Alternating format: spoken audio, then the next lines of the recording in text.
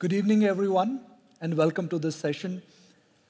And my sincere compliments to the team FII for this grand event. When we came here, we came with a lot of curiosity, but we are going back with a lot of knowledge. Knowledge on how the complex world can find really simple solutions. And we would be talking about AI, use case for the business. How is the kingdom really getting prepared in terms of use case for AI to make things really better for the world? Excellency, if I could turn to you for the first question, if I could encourage you to really share the vision of transition from 4.0 to 5.0. Where is the transition? They say that foundation is the most important thing for any transition. So what was the 4.0 foundation, and what is the preparedness for 5.0? Thank you. It's great to be here. So good evening for everyone. I think it's a great start. It's if I were asked today, what would be the single most important success factor for Saudi Arabia in achieving our industrial targets and mining targets, I would definitely say it is being bold about technology and being leader in adopting new technologies. The beauty about 5.0 is finding a way for humans and machines to coexist, helping people to continue participate in innovation, in improving processes, helping people to do things much safer and much better and more efficient. Yet we need to be mindful of the fact that it will be very hard to benefit from 5.0 applications without having a strong foundation of 4.0.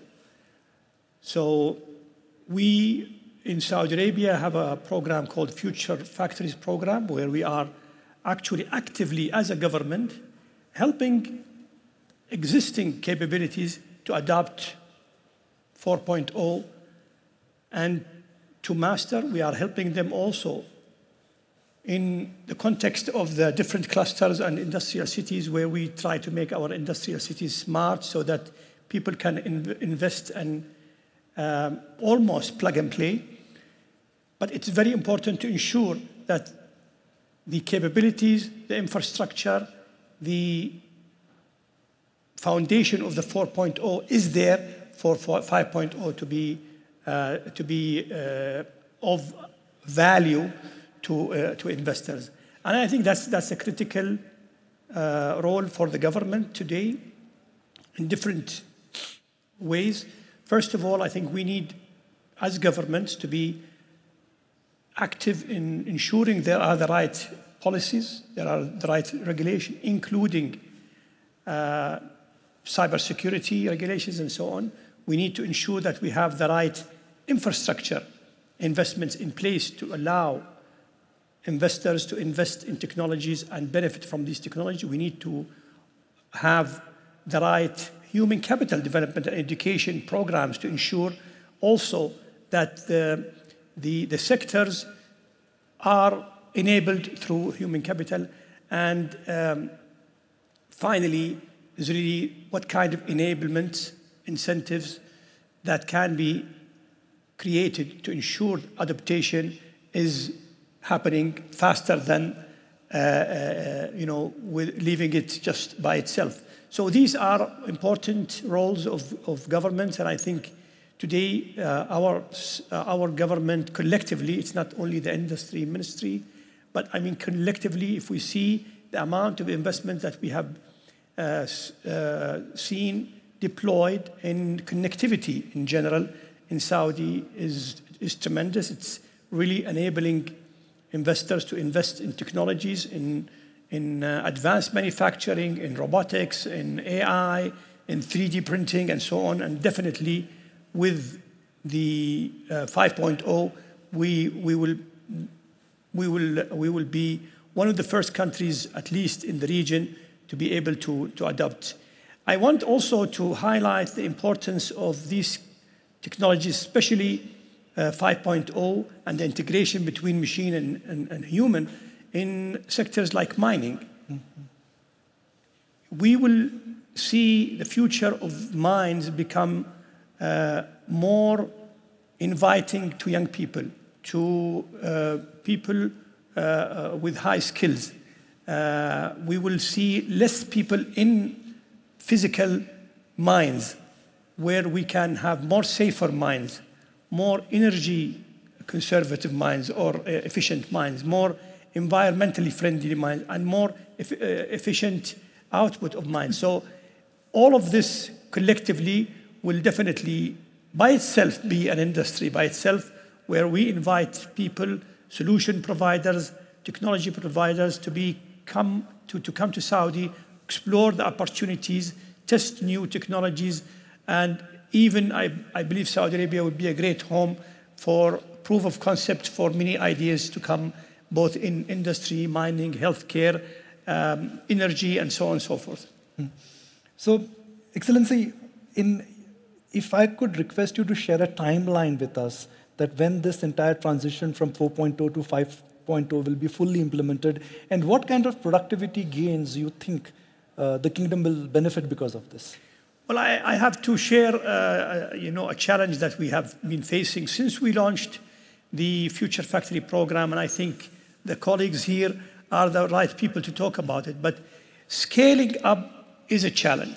We have to also address this challenge. How can we, as a country, it's easy to take one plant and do the necessary work, but for the ambitious program of 4,000 factories, it's a more difficult. So I seek the help of these gentlemen to work with us in scaling up the solution. I'm sure that if we put our heads together, we will find a solution. One thing we are betting on in Saudi is the young generation. They are actually very receptive of these technologies. They are able to understand them. They are able even to improve in some of the technologies. So I believe that with our partners here, we will be able to resolve this challenge. You've given me the cue for my next question, which is that how do you think IBM can really help the kingdom in implementation of this vision? And are there any regulatory hurdles which really need to be addressed? Yeah, thank you for the question, and it's an honor to be here. Let me start with the regulatory piece. I think regulation is really important because that's what everybody's trying to figure out. How is AI going to be regulated? And I think the key part here is to make sure that the use case gets regulated. If you think about AI, it's got three main parts. There's the data, and I think everybody believes that data has to be protected and there have to be regulations there. There's the technology that would sit in the middle, and that technology is going to continue to evolve and change. But then there is the use case that's there. And if you think about the use cases, many people may have used some sort of navigation to get here today. And that navigation might have given you a wrong turn and you might be 5 minutes late. That's okay. But if you think about a use case in AI that has a life-changing medical decision or influencing credit or loans or things like that, those use cases need to be where the regulation is, and it's important for clear regulations to be put across across governments. What is crystal clear is that the kingdom is so invested in this and is in a unique position to really drive forward leadership in AI. And we've been in the kingdom since 1947, and we've got a long history here, and we see the potential. And that's why we're doing things like opening a software lab here in the kingdom, in Riyadh, that is developing sustainability and data and AI software, not for the kingdom, but for the whole world. But it has the great input that the kingdom is giving into that software. We're opening up a delivery center in Al-Baha in the south and partnering with the university down there to make sure that we're taking the skills from the graduates and putting it into our delivery center to really advance what's going on. Because as His Excellency talked about, it's really about making sure we've got the people to do this. And the people, if you look at it today, shelf life of technology skills is roughly 3 years, maybe a little under. So there's got to be current, regular updating of skills to make it possible. And we're seeing that across the kingdom. So there's a huge opportunity here. So what kind of investments would you be doing in the kingdom? Well, as I mentioned, we would like to know more about the investments you're doing here. Yeah, well, as I mentioned, this year we just opened in the last couple of months, we opened a software development lab, global software development. We're investing in skilling over 30 million people by 2030 with a big piece of that here. We're opening the delivery lab in the south, the delivery center in the south. We're having conversations about innovation center that we would open up here. There's a lot of work we're doing, and we're continually growing our team here in the kingdom as we've got a regional headquarters here based in Riyadh, and really making sure that we're delivering the best that we can to the kingdom so that the growth can continue to occur. Peter, the AI revolution has been compared to the industrial revolution and what internet did and how social media has changed distribution. How much of this opinion about AI is buzz and how much of that is reality? Thanks for the question. First of all, I think AI is going to be bigger than the World Wide Web. And we're just at the beginning of that in multitude of applications. But, let me maybe talk about some of our own experience and, come to the point of how can we scale some of the things in the Industrial Revolution 5.0, because the scaling is not simple.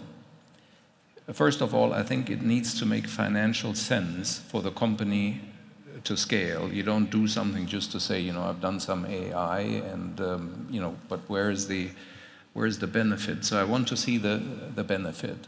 Our own research has shown, and we have 165 factories globally, half of them are very well advanced in driving digital revolution into it.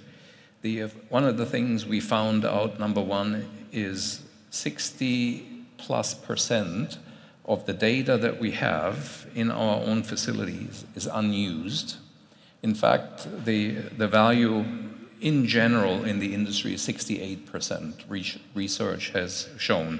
So one of the things very important is you need to have a data strategy in your facility, and that goes back to 4.0, if I may say it that way. You need to have a data strategy. Once you have a data strategy, then you can think about the applications you want to bring in, and some of them use different methods of AI, mostly because it is industrial data, is more of machine learning and not generative AI in the beginning. Now, the next thing we find out is we need to enable our people to do that. So I always say, we need to have more HI, human intelligence in our factories, and we need to train people. We need to make them digitally savvy. That's the second point I think that everybody needs to think about. And then thirdly, with the evolution of AI moving into generative AI, we have found that generative AI can read, for example, documentation extremely well, and they are teaching our people how to use that great technology that we have deployed, because it's not making a single mistake in reading the document and telling people how to use the software. Now you can say, well, can it automatically trigger? Many clients that I'm meeting, they're saying, I need to have humans in between, because we have very large assets, we have very large factories, and I'm not going to trust the machine to make all of those decisions.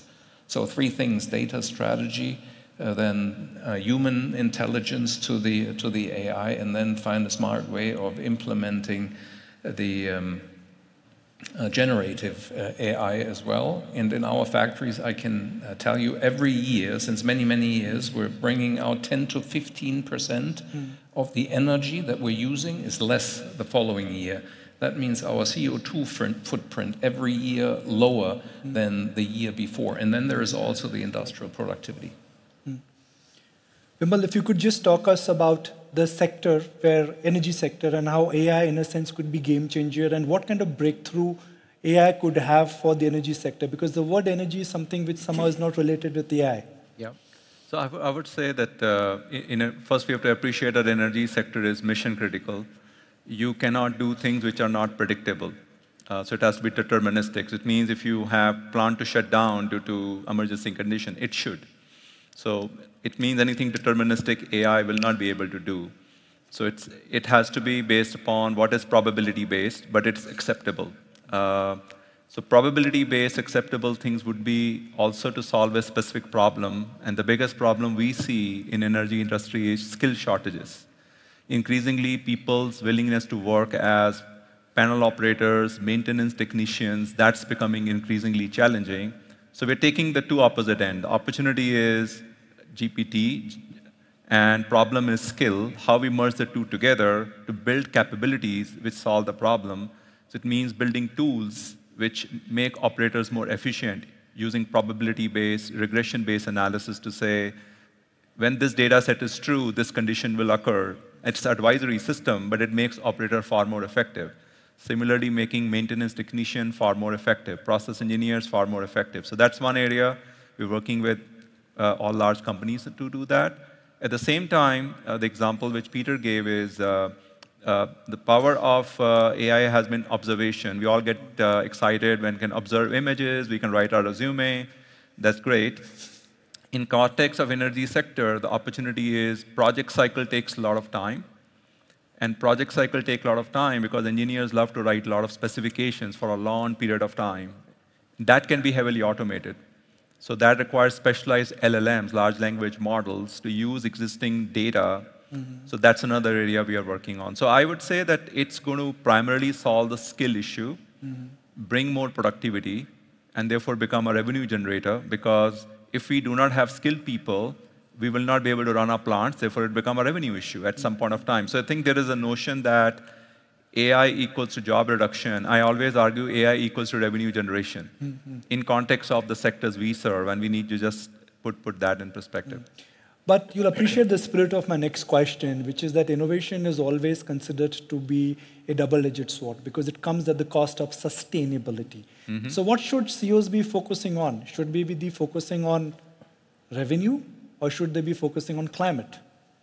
Look, the climate problem our generation has to solve. We inherited this, so if we don't solve it, and it's a problem which requires a lot of, I would say, balance between what is practically possible in a short period of time and be more pragmatic about it. So your question, CEOs have to solve both questions. If I am the CEO, Peter gave his example, Honeywell has reduced its emission by 50% in the last 5 years. It's almost imperative. If we do not do that, we are not walking the talk. But how we also create capabilities that our customers can do it. So we have to grow our revenue, we have to use AI, but we also have to build new capabilities. And it's absolutely possible. I'm an optimist. There is no reason the world will not solve climate change issue with new capabilities all of us are building. But it requires a collaborative approach between customers, between technology providers, between regulators, so that we meet the supply and demand side. Rajit, again, that same question, which is perhaps centered around data centers. The backbone for AI is data center. Data center means that you're consuming a lot of electricity, a lot of storage, and that is against the norms of what environment wants. How do you balance it? And how is the kingdom really looking at balancing this? So thank you, Nikunj, for the question. Great question. Before I try to answer or respond to your question, let me try to little bit build a bit of a background. You know, in the context of what is today the biggest enabler for the adaptation from Industry 4.0 to 5.0, this is the move from automation to AI. I think we should not lose track of the fact that the biggest enabler is the infrastructure stack. That whole infrastructure stack on which AI, as the last mile stack sits, has to be there. And energy comes into that whole discussion about the infrastructure stack. So data centers are that single biggest enabler of the realization of the AI prowess, the AI potential of the world. Whether we talk about a $1 trillion industry or whether I just heard a 35 million trillion industry. It doesn't matter. Anyway, the number of zeros, none of us here at least can count. The whole potential of it rests in making sure that we are able to build enough of these data centers which are to be powered for the production, for the manufacturing of intelligence. And that's what it is. We at Data Vault, we are focusing on building these AI factories. As simple as that. Now, let me just connect again the kingdom in the bigger context of data centers, the adaptation of the industry to 5.0, and the energy problem that you spoke about. This infrastructure, which is the data centers per se, what they need is the land, the permitting, and the energy. Today, we are so privileged that the kingdom has established itself as the green energy capital of the world. This is the only country in the world today, every year producing 10 gigawatts of green energy. Wow. People are talking, but the political will and the leadership of this country has already graduated this country to produce 10 gigawatts of green energy per year. And let me add the icing on the cake. The green energy that is produced in this country is the lowest cost of energy in the world. 1 cent, 1.04 cent for utility scale green energy in the world. Nowhere in the world we have seen this. It is all a question of now harnessing this energy, the lowest cost production of the energy, in order to produce, that is to move from LCOE, the lowest cost of energy, to LCC, the lowest cost of computing, which is what is going to open the entire AI industry for the world. And this is the time now for the world to come to the kingdom and immediately realize the potential of AI by building these mega data centers, by building these super campuses, by building what I would call as the AI factories of the world. You know, you brilliantly articulated all my questions into one answer, but as an anchor, I will always have one more question. Sure. So my last question, and would request for a brief answer, is that if the vision of the kingdom is to be the AI capital of the world, or the data capital of the world, there's always a whole issue of data security. How will that move? A quick 30-second answer. So look, data sovereignty in itself, I mean, from a regulation perspective also, is a very important topic. But the important thing here is that we all need to make sure, first of all, the AI factories are not just for the kingdom. The AI factories are the factories for the world. Just like we all made China the manufacturing factory of the world, or the manufacturing breadbasket of the world in the last 20 years. Now is the time to make the kingdom the AI manufacturing base of the world. Right.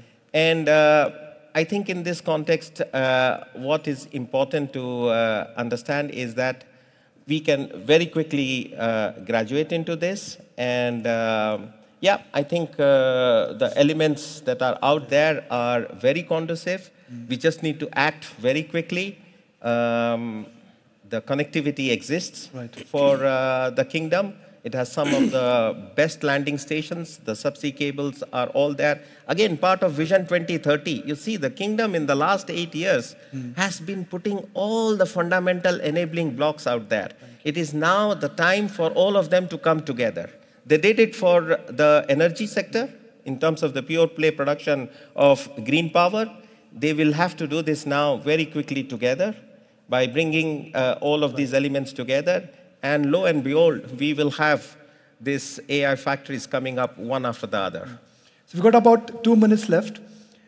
Excellency, can I go back this message when I go back home for our audience and the audience here and those who would be watching online, that the kingdom now is getting ready not for an incremental growth, but for a transformational change? Absolutely, and thank you for our colleague. I mean, I think he said it all. What we are doing today in Saudi Arabia is really looking at every aspect of cost making sure that our country is competitive in each and every one of the components of cost. And definitely energy is a key component. Yeah, Saudi Arabia is going to be an industrial powerhouse and also a great logistic hub. Today, it is very hard to find a country that has this great mix of natural resources, energy competitiveness, great location, stability, both politically and financially, and great infrastructure, physical and digital, and above all, great people, young, energetic, willing to participate and work hard for everybody. Jonathan, in one line, if you have to really say the key takeaway for you from the summit, what would that be, in one line? As the world of AI changes from where it is today, the hype cycle, and people starting to put their toes in the water on it, to assistance, and then to the agentic world of AI, the kingdom is clearly going to be a leader and driving the change around the world. The clock's ticking, and I've shamelessly extended my time. But I'll just take the moment to thank all of you for joining the panel. And if I may add, Excellency, it's our first visit as Time Network to this lovely country. We're touched with the warmth, the hospitality, and the love and the affection we've got. So when you mention people, I guess any country is all about people and culture, and that is what we're experiencing. So thank you for hosting us, and thank you to the audience, and thank you for the house for just being here. Thank you very much. Such a pleasure, and honor is all ours. Thank you very much. Thank you.